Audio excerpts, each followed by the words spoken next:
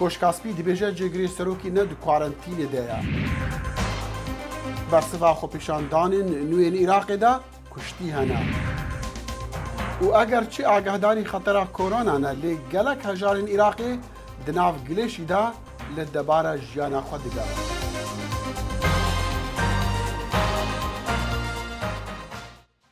Silav û rêz û hêviyên demexweş digel demek dîyê Connection ji dengê Amerîka li Washington.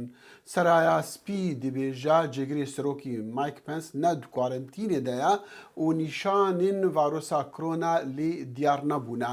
Ji derên koşka spî dibêjin Serok Trump û cêgirê wî Pence dûrî hev nabin. Peyamê ku cêgirê serokî dê bike ve karantînê û xwe veder bike piştî raportan bû ku peyvdara wî ya fermî bi vayrosê ketiye û her wesa xanima rawêjkarekî koşkaspî û xizmetkarekî serokî jî. Rexna li cêgirê serokî hatibûn girtin ji ber ku li demê derketinekê û li demê seredana nexweşên korona wî mask nedanîbû li gora rênimayên tenduristî. Ev peyam derket piştî çend karbidestên koşkaspî xwe vederkirîn ji ber têkiliya wan ya rastexwe bi wan kesan re hebû ew ên vayrosê vegirtîn. Çend rojan piştî damezrandina hikûmeta nû ya Iraqê dîsan sedan Iraqî gur bûne navcadan di xwepîşandanekê de lê dijî sistemê siyasî yê welatî. Endamê Perlemanê Iraqê ji lista goran Kawa Mihemed bi Skypê gote belên Salih ku ew hikûmet nûneratiya wan xwepîşanderên tûrenaketiyan jî digel wana naguncêtin. کاکاوە لەگەڵ هەموو ئەو هەوڵانە و لەگەڵ هەموو ئەو پەیمانانەی کە مستەفا کازمی سەرۆکوەزیری نوێی عێراق داونی بەڵام ڕۆژی یەکشەممە خۆپیشاندان لە شاری بەغدا و لە شارەکانی تریش دەستیان پێکردەوە. پەیمانەکانی کازمی جێی متمانە نین؟ لە ڕاستیدا کاک بڵێن مەوضوعی پێکهێنانی ئەم کابینەی بە سەرۆکایەتی مستەفا کازمی لە ئاستی چاوەڕوانی شەقامی تووڕەی عێراق نەبووە و نییە، چونکە ئەوەی کە هەبوو خەڵک لەو نخبە سیاسی لەو دەستەفژێرە سیاسی لە 2023 حکوم دەکە بێزار و بێتاقەتە لەوە تووڕە و بێزار بوو کە دیسانەوە ئەو حزبە سیاسیانەی لە 2023 حکوم دەکەن دیسانەوە بە بەش بەشێنەی حزبی تائیفی لە بینی خۆیان وەزارەتەکان بەش بکەن. ئەم جارەیان دیسانەوە کە حکوومەتەکەی با بڵێن عادل عەبدولمەهدی لەسەر ئەساسی ئەو گوشارانەی شەقام دەستی لە کار کێشایەوە و چاوەڕێ دەکرا کە حکوومەتێک پێک بهێنرێت بۆ ساکسازی بێ بۆ ئەوە بێ بەرەنگاری گەندەڵی ببێتەوە بەرەنگاری ئەو عەقلیەتە شکست خواردووەی کە لە 2023 حکمی کردو بێتەوە. بەڵام ئەم جارە دیسانەوە ئەم حکوومەتەوە ئەم کابینەیە لەسەر ئەساسی پشکێنەی حزبی و باڕوونی ئەوە دەرکەوت کە خۆتان دەزانن تا ساتی دەنگدانەکەشی ئەو شەوەی کە دەنگدان لە پەرلەمان کرا لە ژوورە داخراوەکان لە ژوورە تاریکەکان خەریکی سەفاحاتی ئەم حزب لەگەڵ ئەو حزب بوو بۆ ئەوەی کامیان بەشەشی بەرکەوێ و بەمانای هیچکە وکووا پێم بڵێ کازمی ناتوانێت هیچ شتێک لەو ڕۆژەی عێراق بگۆڕێ. کاک بەڵێنجان ینی لە ڕاستیدا ئەو ئەرکەی ئێستاکەیان با بڵێنم حکوومەتەوە کە مستەفا کازمی زۆر قورسە بە تایبەتیش خۆتان دەزانن لە یەکی دەی ساڵی پارەوە خۆپیشاندان لە بەغدا و بەشێکی زۆر لە شارەکانی باشوور و ناوەڕاستی عێراق دەستی پێکردووە و تا ئێستاشی لەگەڵی بەردەوامەوە خۆتان ناگاتان لێ کە دیسانەوە بروژاوەتەوە شارعی عێراقی. ئەوە لە ڕاستیدا مستەفا کازمی ناتوانێت ئەو داخوازیانە بەدیبێنێت کە خەڵک چاوەڕێ دەکە لەبەر کۆمەڵێک سەبەب لەبەرەوەی ئێستاکە دۆخی ینی با بڵێن ئەو هۆکارانەی و ئەو تەحەدیاتان ئاڵنگارانەیە کە لەبەردەم مستەفا کازمی و کابینەکەیەتی زۆر زیاتر لەوەی عادل عەبدولمەهدی. ئێستا کێشەی کۆرۆنا هاتۆتە پێشەوە کە خۆتان دەزان هەموو جیهانی گرتوتەوە بە تایبەتیش کاریگەری زۆر گەورە و ترسناشی لەسەر ئەو ئابوووریانە بە دروست کردووە کە تەنها ئەعتمادیان لەسەر یەک سەرچاوی داهاتە کە ئەویش نەوتە. عێراق خۆتان دەزانن 90 زیاتری پشت بە نەوت دەبەستێ داهاتەکەی. نرخی نەوت زۆر دابەزیوە هاڕێ کردووە لە هەموو جیهان. ئەمە وای کردووە ئەو ئاڵنگارانە زۆر زیاتر بن لەبەردەم. باشە کاکاوە ئەمریکا و ئێران کامیان دەتوانن زیاتر لەم سەروەختی حکوومەتەی کازمیدا ڕۆڵ بجێڕن بۆ ئارامی و سەقامگیری لە عێراقدا؟ بێگومان پێشتریش و ئێستاش و لە داهاتووی نزیکیشدا ئەوەی کە تێبینی دەکرێت مەسەلەی ئەو ململانەیە کە لە نێوان ئەمریکا و ئێران لە عێراقدا هەیە عامل و فاکتەرێکی زۆر گرنگن بۆ ئیستقرار و بۆ نائیستقرار لە عێراقدا هەم دەتوانن بن بەهۆی سەقامگیری و سەرکەوتووی تا ڕادەیەکی حکوومەتەکان و هەم دەتوانن ناسەقامگیری دروستکەن وەکو لە پێشتریش ئەوە ڕوویداوە ئەم جارەیان پێ دەچێت لانی کەمی تەوافق دروست بوو بێ لە بینی ئەمریکا و ئێران بۆ ئەوەی ئەم حکوومەتە پێک بهێنرێت بە تایبەتیش خۆتان دەزانن مەسەلەی سەرهەڵدانەوەی داعش لەو ناوچانەی سنووری با بڵێن ناوچە کێشە لەسەرەکان بە تایبەتی و لە بەشێکدا پارێزگای سەلاحەدین و دیالە ئەوانە یانی ئەمانە خەتەری گەورن لەسەر عێراق و لەسەر ناوچەکە و ئەمریکا بە تایبەتی بە خەتەری گەورەی دەبینێت لە بۆ خۆی کاکاوە زۆر سپاس دەکەم. ژمارەکە لایەنین سیاسی و جوواکیین هەرێما کوردستانی باوەڕ دەکەن و بڕیارە پەرلەمانی هەرێما کوردستانی ji بۆ هەلانینە پارێزبەندی ji سەر ئەندامی پەرلەمانی ji لیستا کۆمەڵا ئیسلامیە کوردستانی سۆران عومەر لەسەر بنەمایین حزبی و سیاسی بوو. دڵشاد ئەنوەر باوەریە ژمارەکە کەسان وەرگرتیە. کاردانەوەکان لە بەرامبەر هەڵگرتنی پارێزبەندی لە سۆران عومەری پەرلەمانتاری کۆمەڵی ئیسلامی بەردەوامیان هەیە. ئەو پەرلەمانتارە بڕیارەکەی پەرلەمان بە سزای سیاسی ناودەبات. ئەگەر یاسا جێبەجێەکەن هاوکات سێ پەرلەمانتاری تر خۆ هەردادگا داوای هەڵگرتنی پارێزبەندی کردووە بۆ دەنگیان نەدا بەوان مەگەر ئەوەش دادگا و یاسا داوای جێبەجێکردنی یاسای نەکردووە کەواتە ئەمە بانێک و دوو هەوا و ئەمە گاڵتەکردنە بە یاسا کە ئەوان کردیان ئەوان نەک یاسایان جێبەجێ کرد شوێنی یاسادانانیان شکاند و بێڕێزیان پێکرد. بە دەنگی 57 پەرلەمانتار پارێزبەندی لەسەر سۆران عومەر هەڵگیرا کە تەواوی پەرلەمانتارانی فراکسیۆنی پارتی دەنگیان بە بڕیارەکەدا.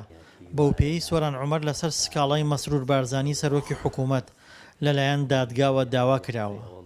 ئەوەی ڕوویدا جۆرێک لە هەوڵ بوو بۆ ئەوەی بەکار بهێنرێت لە ڕووی سیاسیەوە بەڕای من ئەگەرنا ئاسایی بوو هەموو ئەندامانی پەرلەمان بەشداری کۆبوونەوەی پەرلەمان بکەن ئەوانەی لەگەڵن دەنگی پێ بدەن ئەوانەی لەگەڵین دەنگی پێدەدەن ئەمە نە شەڕ بوو نە ململانێ بوو بەڵکو بابەتێکی یاسایی بوو بەڵام بە سیاسی کرا بەڕێی من.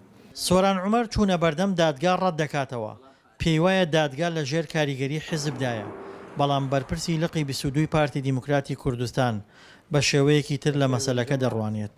ڕۆژانە سەدان کەس هاوڵاتی دەچێتە بەردەمی دادگاوە لێ پیچنەوەی لێدرێ و حکمیش ئەدرێ گلەیی لە بڕیاری محکەمە ناکە بەڵام کاتێک کە بابەتەکە تێکەڵی سیاسەتەکرێ بۆ پاکانەکردن بۆ خۆ دەربازکردن تێن پەلاماری دادگا و دادوەرەکانەدەن. ئامادەم بچمە دادگایەک کە بێلایەن و عادیلانە بێوە دادوەرەکانی بتوانن ممارەسەی ئیرادەی خۆیان بکەن نەک بەسەریانە بسەپێنن چونکە ئەو دادوەرەی کە جاری پێشوو لە کەیسی نەوتی عینزالا سزای منیدا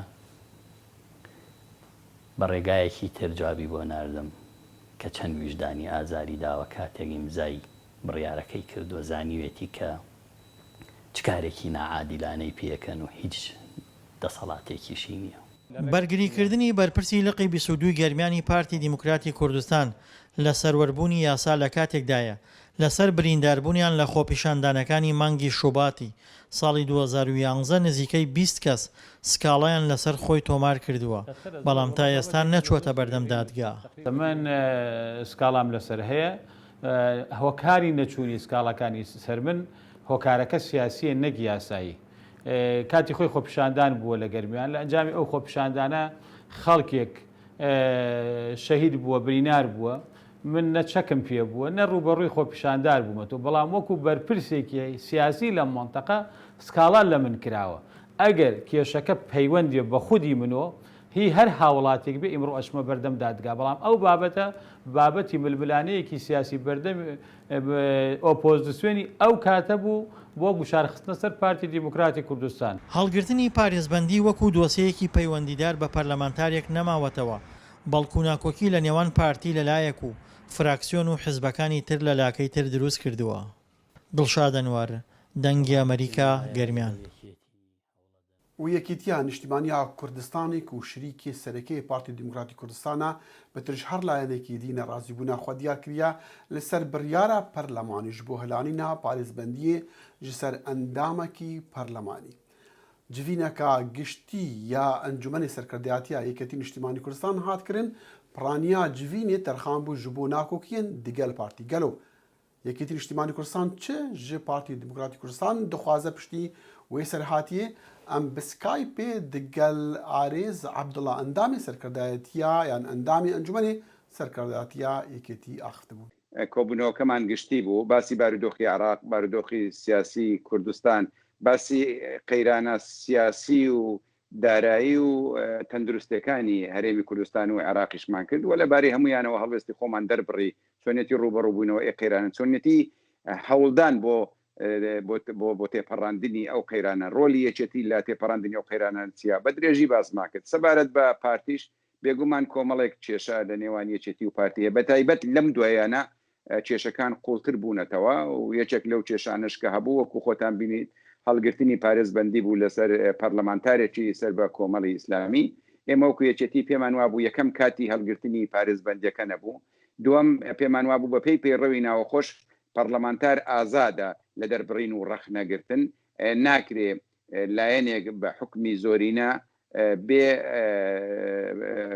ڕێگری لە ئازادی دەربڕین بکات یاخود پێشێلی پەیڕەوکە بە بیانووی هەبوونی ڕێنمایی لە یاخود ڕێنماییەکی تر لە ناو پەرلەمان پێشێلی پەیڕۆ بکە سێ ئێمە لەگەڵ پارتی و گۆڕانیش بەیەکەوە وڵات بەڕێوە دەبین و سەرۆکایەتەکان دابەشکراون کە دابەشکراون سەرۆکی پەرلەمان لەگەڵ ئەوە نەبووە پارێزبەندیەکە هەڵگرتنی پارێزبەندی بخرێتە بەرنامەی کار بەداخەوە پارتی ڕەچاوی ئەوەی نەکرد کە یەکێتی لەگەڵی هاوبەشە بەشدارە لە حکوومەت و ئەو سەرۆکی پەرلەمانە ئیمزای ناکە ئەبێسە ڕاستە ئەبێ بەرنامەی کار بە هەماهەنگی دابدرن لە نێوان سەرۆک و جێگر و سکرتێرەکەی بەڵام لەوێ لە ڕێنمایەکانی پەرلەمان شتێکی تر هەیە کە دوو کەس لا دەستەی سەرۆکایەتی ئەتوانن بەرنامەی کار تێپەڕێنین ڕەنگ ئەوە لە ڕووی ڕێنمای ئەوە لە ڕووی کاری پەرلەمانی ئاسانە بەڵام ئەوایە پارتی ڕەچاوی ئەو هاوبەش و بەشداریە یەکێتی نیشتیمانی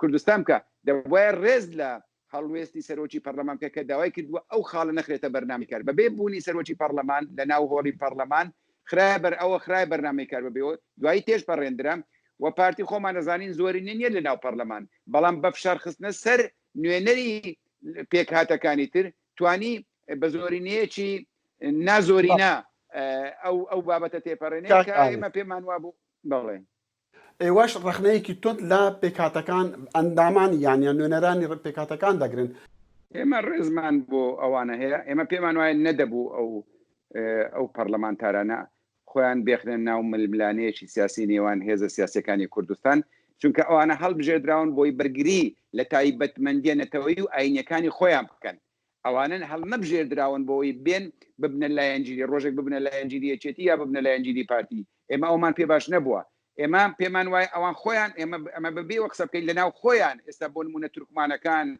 کرد و ئاشوریەکان خۆیان ڕخنیان زۆر هەیە لەو هەڵوێستەی ئەو پەرلەمانتارانە چکە ئەوانە بە کۆتا هاتوون بە هەموو ئەو پەرلەمانتارانەی کە دەنجیانداوە بەقەدە یەک پەرلەمانتاری کە پارێزبەندی لێرگیرا و دەنجی نێناوە نەدەبوایە ڕخنەکەی ئێمە بۆ ئەوان نەدەبوایە ئەوان خۆیان بچنە ئەو ململانەیە سیاسیە و هیوادارین جارێکتر ئەوانە ئەو کارە دووبارە نەکەنەوە کاک ئارێز بۆ هێورکردنی بارودۆخەکە بۆ ئەوەی جارێکی تر لەگەڵ پارتیا دابنیشن و ئەو کێشەرە چاسەر بکەن چی بڕیادرا ئێمە بڕوامان بە چارەسەرکردنی کێشەکان هەیە بە گفتوگۆ بە دیالۆگ و لەگەڵ پارتی بێگومان لە دیالۆگ دەبین بەڵام پێش هەموو شتێک ئەمانەوەی بە پارتی ڕابگەێنین پارتی بۆی نییە جمگەکانی دەسەڵات بۆ بەرژەوەندی حزبی خۆی یاخود بۆ بەرژەوەندیەکی تایبەت بەکاربێنێ مادام ئێمە لە وڵاتە بەیەکەوەین و بەیەکەوە حکومڕانی ئەو وڵاتە ئەەکەین ئەبێ بە هاوبەشی کار بکەین ئەبێ بە لێک تێگەیشتن کار بکەین زۆرینە و کەمینە لێرەدا نییە چونکە پارتی خۆی ئەزانی بەبێ یەکێتی نیشتیمانی کوردستان ناتوانانی وڵات بەڕێوە بە کە ناتوانێت باشتر وایە لەگەڵ یەکێتی لە لێک تێگەیشتن دابێ بە تایبەتی ئێمە کە ڕوبەڕووی قەیرانی گەورە بووینەتەوە قەیرانی دارایی قەیرانی سیاسی زۆر قەیرانتر یعنی ئێستا کاتی ئەوێ ئێمە پارتی وە گۆڕان وەلایەنەکان کێشەکانی نێوخۆمان چارەسەرکەن بۆ یەکدەست بین بۆ یەکدڵ بین بۆ یەک هەڵێز بین بۆ ڕوبەڕووبوونەوەی قەیرانەکان. عارز عەبدوڵڵا ئەندامی ئەنجومەنی سەرکردایەتی یەکێتی نیشتیمانی کوردستان، سپاس بۆ کاتی جەنابەت. باس بۆ تۆش. لە هەرێما کوردستانە عێراقی مزگەفت هاتن ڤەکرن پشتی نێزیکی دوو مەهان ji girtina wan ji ber vayrosa korona. Digel ku gelek oldar keyfxweşiya xwe diyar dikin ji ber vekirina mizgeftan gelek xelkî dî xema xwe diyar dikin ji ber ku gelek kes pêgirtinê birênmayiyên tenduristî nakin. Raporta Rêbaz Mecîd ji Silêmaniyê. ئێستا نوێژخوێنان پەیتا پەیتاڕوو لە مزگەوتەکان دەکەن و پەرستش و نوێژەکانیانی تێدا بەجێ دەهێنن. بەهۆی باشتربوونی دۆخی بڵاوبوونەوەی ڤایرۆسی کۆرۆنا لایەنە پەیوەندیدارەکان بڕیاریاندا مزگەوتەکان بەڕووی هاوڵاتیاندا بکەنەوە و ئەمەش نوێژخوێنانی دڵخۆش کردووە. نەخوای گەورە بەزێ بێ مزگەوتەکان کرایەوە زۆر دڵخۆشین پێی بەڕاستی زۆر دڵخۆشین پێی کە نییە ماڵی خوایە دەرگای خوایە کە کراوە بۆ ئینسانەکە. لە ماوەی ڕابردوودا و لە سەرداخوازی وەزارەتی تەندروستی بە مەبەستی ڕێگەگرتن لە قەرەباڵغی و بڵاوبوونەوەی ڤایرۆسی کۆرۆنا مزگەوتەکانی وەک هەموو شوێنە گشتیەکانی تر داخران. نوێژ و جومعە و ڕۆژوو وازبە لەسەرمان و ئەمری فەرمانی خوایە ئەو هاش خۆپارێزی لە نەخۆشیەکان خصوص ئەوانێکەوە گوازراون وازبە و پێز لەسەرمان خۆی لێ پارێزین و دەبێ خۆشحاڵ بین بە ڕێنمایەکانی وەزارەتی سەحە و تەندروستی و دوکتۆرەکان کەوا ئەم وەزعان دروست کرد بۆی کەوا ئەم نەخۆشیە لە ناو موسڵمانە بەڵاوێتەوە لە ناو بیلەتی کوردی بەڵاوێتەوە. ئێمە خۆشحاڵ بووین بە هەردوو لایەن هەم بە داخستنیان هەم بەکردنەوەی مزگەوتەکان. وەزارەتی تەندروستی کۆمەڵێک ڕێنمایی بڵاو کردووەتەوە کە داوا دەکات نوێژخوێنان جێبەجێ بکەن لە کاتی سەردانکردنی مزگەوتەکان بە مەبەستی خۆپارێزی لە ڤایرۆسی کۆرۆنا. بەڵام مامۆستا فەتاح نیگەرانە لەوەی نوێژخوێنان پابەندی ڕێنماییەکان نابن. تەندروستی داوای لێ کردوین لانی کەم نوێژخوێنەکان یەک مەترلەیەک دوور بن. تۆقە لەگەڵ یەکتر نەکەین. هەر کەس ساڵی بۆ مزگەوت بەرما لەگەڵ خۆی بێنێ. لە مزگەوت دەستێژ نەشۆدرێ. لە ماڵەوە دەژێت پشور ئەوزان بێن بۆ مزگەوت و وە زۆرش لە مزگەوت نەمێنەوە دانەنیشن. بەڵام بەڕاستی بەداخەوە هیچ کەسێک لە نوێژخوێنەکان جێبەجێ نەکەن و ئیحتیمالی پێ نادەن شتەکە. ڕێباز مەجید دەنگی ئەمریکا سلێمانی. دەبێژن پشتی نەمانە ڤایرۆسا کۆرۆناژی جیهان وەکخوا نامینە نەبەس ئەڤا بەلکو ئەمریکا وی خۆش ڕۆژڵاتە ناوین ڤەکشینە و سەنگیاخوا داینا کێشەین خوا لەسەر کێشێن خوا بچینێڕا یەکەتیا ئۆرپی بەلکو وەکوبەری نەمینە ئەڤا باوریە داکتەر سەنگەر سەید قادرە ڕێبەبەری ئەکادیمیا زانیاری و گەشەکردنێ لە مەسرێ. دکتۆر سەنگەر خۆش هاتمەوە بەڕامەکانی بەشی کوردی دەنگی ئەمریکا. زۆر کەڵێران و چاودێران لە نیوانیان خۆتان پێشبینی ئەوە دەکەن کە پاش کۆرۆنا جیهان گۆڕانی بەسەردادیێت. ئاخۆ بۆ ئەو جۆرە پێشبینیە و ئەو جۆرە گۆڕانکاری ئایا گۆڕانکاری ئەرینیە یا نەرینیە؟ سەرەتا بەسڵاو بۆیە وەروەها بۆ بینەران و گوێگرانی دەنگی ئەمریکا بە دڵنیاییەوە کۆرۆنا هاوشێوەی ئەو قەیرانە ئابووری سیاسیانەی کە لە ماوەی ڕابردوودا بەسەر جیهاندا کاریگەری گەورەی لەسەر جیهان داناوە بە هەمان شێوە کۆرۆناش کاریگەری گەورە لەسەر جیهاندا دەنێت چکە بیرمان نەچێت لە کاتێک داشکانێک گەورەکەی ئابووری جیهان لە ساڵی 1928 دواتر گۆڕانکاری گەورە لە جیهاندا و بەتایبەتی لە ئەوروپا ڕوویدا و هۆجارێکی کە نازیەت هاتەوە سەر دەسەڵات و جەنگی جیهانی دووەمی لێکەوتەوە بە ئەمان شێوە لە کاتی قەیرانەکەی ساڵی 1970 بۆ 1970 بە هەمان شێوە کەوتنی یەکێتی سۆڤێتی لێکەوتەوە و لە ساڵی 2008 بە هەمان شێوە لە کاتی ئابووری جیهاندا بە هەمان شێوە ینی بەهاری عەرەبی بە دوای خۆی داهێنا بۆیە بە هەمان شێوە کۆرۆناش گۆڕانکاری گەورە لەسەر ئاستی ئابووری و لەسەر ئاستی سیاسی و لەسەر ئاستی ینی خوێندنەوە جیهانیەکان و پەیوەندێنی و دەوڵەتەکان دروست دەکات چونکە ئەگەر قەیرانەکانی ڕابردوو بە تەنها کەرتی ئابووری گرت بێتەوە ئەوە کۆرۆنا کەرتی ئابووری و کەرتی سیاسی و کەرتی ئەمنی و گەشتیاری و ینی تەواوی سێکتەرەکانی جیهانی گرتووەتەوە تەنانەت کاریگەری لەسەر لایەنی دەرونی مرۆڤیش کردووە بۆیە جیهانی دوای کۆرۆنا وەکو جیهانی پێش کۆرۆنا من نابێت لەسەر پرسی ئەمریکاش کە بەلای ئێمەی کردووە بە بەلای زۆرینەی جیهانەوە گرنگە بە دڵنیاییەوە سیاسەتی ئەمریکا لە دوای کۆرۆنا گۆڕانکاری گەورەی بەسەردادێت وتم زانم سیستمی جیهانی چی یەکێتی ئەوروپا نەتەوەی گرتوەکان نیولێبرالیزم چین رووسیا چیان بەسەردیە ئایندەیان چییە؟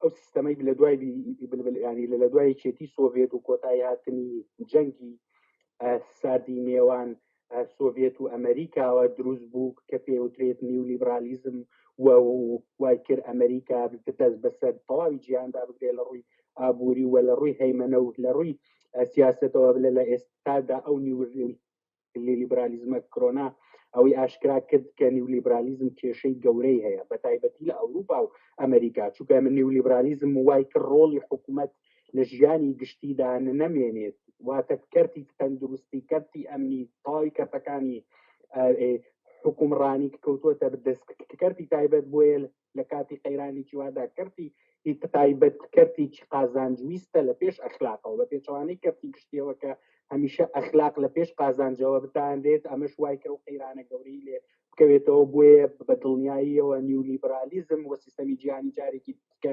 پێویستی بە پێداچوونەوەیە و لەسەری چێتی ئەوروپا بە دڵنیاییەوەی چێتی ئەوروپا کێشەیەکی گەورەی لە داهاتوە بۆ دروستە بێت چونکە بیرمانە نەچێت خەڵکی وڵاتانی ئەوروپا بە تایبەتی وڵاتانی کە زیانیان پێگەشتووە بە تایبەتی ئیتالیا و ئیسپانیا ینی خەڵکنی گەرانیکی زۆری لە یەکێتی ئەوروپا هەیە بەبێ بڕێککەوتنی یەکێتی ئەوروپا ئەگەر بێت و هەر وڵاتێک کاتێک داوای هاوکاری لە وڵاتێکی تر دەکات پێویستە هەموو وڵاتانی ئەندامی یەکێتێکە بەهانای ئەو وڵاتانەوە بچن بەڵام هەرچەندە ئیتالیا داوای هاوکاری کرد بەڵام هیچ وڵاتێک بەدەمیەوە نەچوو قەیرانە ڕوویا کەبینیمان بەڵام و کوێتی یەکێتی ئەوروپا هەڵۆشێتەوە بە دڵنیاییەوە یەکێتی ئەوروپا هێشتا زووە بەباز لەوە بکرێت کە یەکێتی ئەوروپا هەڵبۆشێتەوە بەڵام چوارچێوە و ئەو ڕێکەوتنانەی لە ناو یەکێتێکەدا هەبووە بە دڵنیاییەوە چاو پێداخشانەوەی پێدا ئەکرێتەوە بە هەروەها مەترسی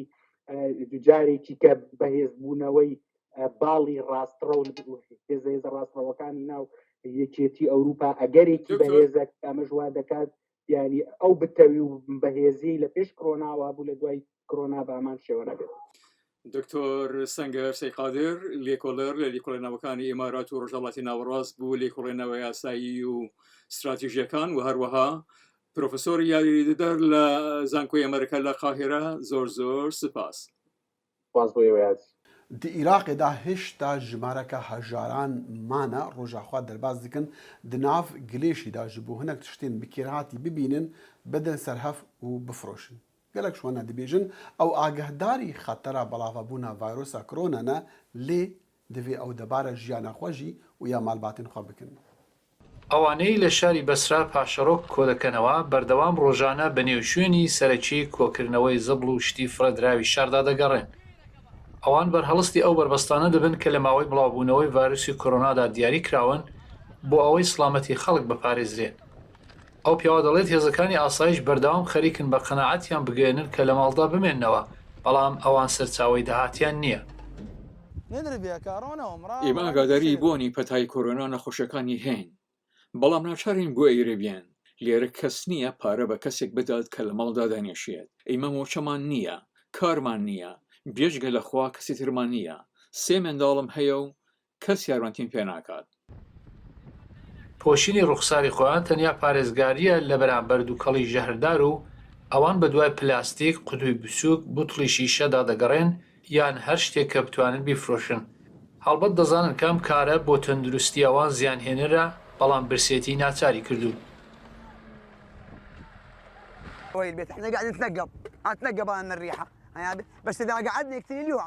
ئێمە لەبەر بۆگان دەمامەک دەپۆشین بەڵێ دەتوانم لە ماڵدا بنیشم و کەرەسەی دژە میکرۆب بەکار بێنم بەڵام چۆن دەتوانم بژیان پارەی ژیان لەکوێ بێنم چی بکەم 2 ژنم هەیە و هەر کامیان لە ماڵی خۆیانن و 7 منداڵم هەنا. ئەو کەسانە بە شێوەی کۆمەڵ دێنە ئێرە پیاوان لەگەڵ کوڕەکانیان خوشکان و برایانی یەکترن گەلێک لەو کەسانە منداڵن. من یەکێک لەو کەسانم بە دوای ژیاندا دەگەڕێم. ئەوە منداڵی منە و بۆ بژێوی ژیان یارمەتیم دەدات. کاتێک 10,000 دیناری عێراقی پەیدا دەکەم دەچمەوە بۆ ماڵ. دەزانی ئەوە منداڵی منە. ئەوە تەنیا کەسێکە یارمەتیم پێ دەکات. بە شێوەی مامناوەندی 500 بنەماڵە ژیانی خۆیان لە ڕێگای هەڵگرتنەوەی پاشەرۆک و شتی فرەدراو لە بەسرا تێدەپەڕێنن. ئەو شارەکە بە نەوت دەوڵەمەندە کەسێک کە کاری وا دەکات ڕۆژێ 8 بۆ 15 دلار وەدەستدێنێت.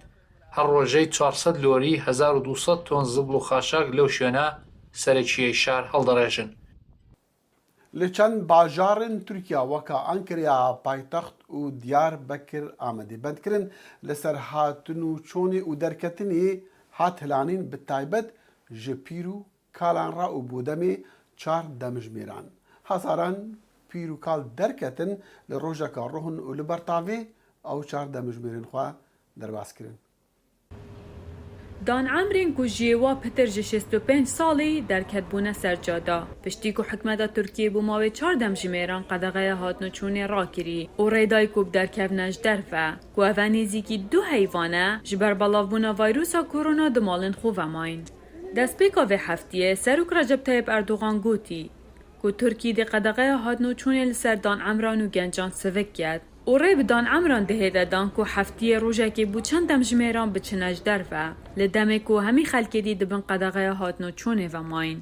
Valla çok mutluyuz. Koronavirüs olduğundan dolayı bir hafta 10 günden beri. Em gelek keyfxweşîn. Ji ber vîrusa korona ev 10 roje em li mal derneketîne. Nûke wekî bihêvedanekê bûme. Em gelek keyfxweşîn. Ez hêvî dikim ku careka dî jî rê bidene me di nav heftiyê da. Di gel yekşembê da ku em karê xwe jî perêve bibeyn. Xwecihên danعمرên paytextê Enqere li başûra Rojhilatê Parêzgeha Diyarbekir rojeka xûşa tavî ji derve boran û xweşiya xwe divê azadiya katî da derbirî. Tirkiya zêdetirî 137,000 tûjbeyên vîrusa korona hene û ev e bilindtirîn yeke piştî Ewropa, Rojava û Amerîka û Rûsî. Piştî ku Enqere êkem tûjbeyên vîrusa korona destpêka mehasê tûmar kirî, hemî amadekariyên qedexeyiyê dest pê kirin. û rê bi seferkirin navbera 31 bajarên serekî da ragir. Di heman demda xwandingeh û bar, xaringeh û bazar hatîne girtin. Mutluyuz, hava güzel. Em gelekî keyfxweşin û keş û hewa gelekî xweş e evrû. Em spasiya desthilatê dikin ku rojeka wesa daye me û spasiya hemî birînpêç û nûjdaran dikin ku li me miqate bûn. Ez dua dikim ku ev vîrusa bi zûtirîn dem nemîne. Li ser vê hemiyê ra li çarî heyvê Erdoganî gotî ku dihêdî dî dest bi vekirina welatî ket.